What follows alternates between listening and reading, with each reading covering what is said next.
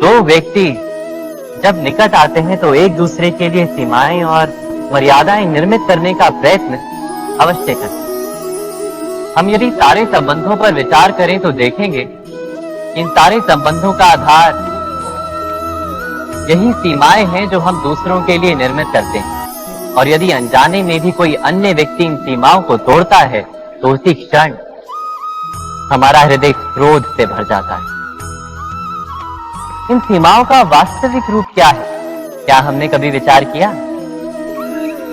सीमाओं के द्वारा हम दूसरे व्यक्ति को निर्णय करने की अनुमति नहीं देते, अपना निर्णय उस व्यक्ति पर थोपते हैं, अर्थात किसी की स्वतंत्रता का अस्वीकार करते हैं।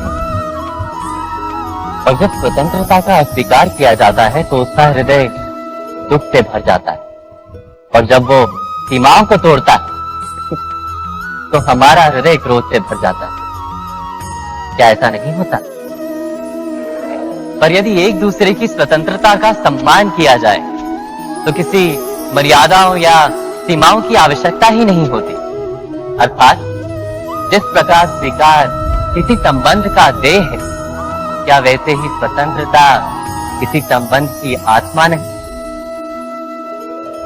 समय के आरंभ से ही मनुष्य को एक प्रश्न सदा पीड़ा देता है कि वो अपने संबंधों में अधिकतम सुख और कम से कम दुख किस प्रकार प्राप्त कर सकता है।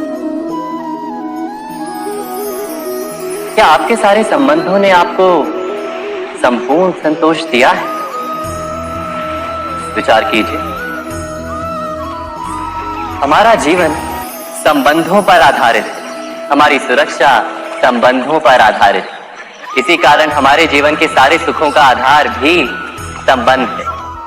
किंतु फिर भी हमें संबंधों में ही अधिकतर दुख क्यों प्राप्त होते हैं? सदा ही संघर्ष भी संबंधों से ही उत्पन्न क्यों हो जाते हैं? कभी विचार किया है? जब कोई व्यक्ति किसी अन्य व्यक्ति के विचार अथवा कार्य को स्वीकार नहीं करता, उसमें परिवर्तन करने का प्रयत्न करता है तो संघर्ष जन्म लेता।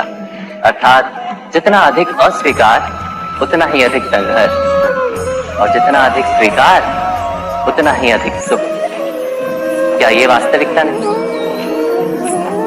यदि मनुष्य स्वयं अपनी अपेक्षाओं पर अंकुश रखे, अपने विचारों को परखे, किसी अन्य व्यक्ति में परिवर्तन करने का प्रयत्न ना कर स्वयं अपने भीतर परिवर्तन करने का प्रयास करे, तो क्या संबंधों में संतोष प्राप्त करना इतना कठिन? अर्थात क्या स्वीकार ही संबंध का वास्तविक अर्थ नहीं? जब किसी व्यक्ति को किसी घटना में अन्याय का अनुभव होता है तो वो घटना उसके अंतर को झकझोर देती है। समस्त जगत उसे अपना शत्रु प्रतीत होता है। अन्याय लगने वाली घटना जितनी बड़ी होती है, मनुष्य का हृदय भी उतना ही अधिक विरोध करता है। उस घटना के उत्तर में वो न्याय मांगता है, और ये योग्य भी है। वास्तव में समाज में किसी भी प्रकार का अन्याय व्यक्ति की आस्था और विश्वास का नाश है। किंतु ये न्याय क्या है? न्याय का अर्थ क्या है? अन्याय करने वाले को अपने कार्य पर पश्चाताप हो, और अन्याय भुगतने वाले के मन में फिर से विश्वास जगे समाज के प्रति। इतना ही अर्थ है ना न्याय का।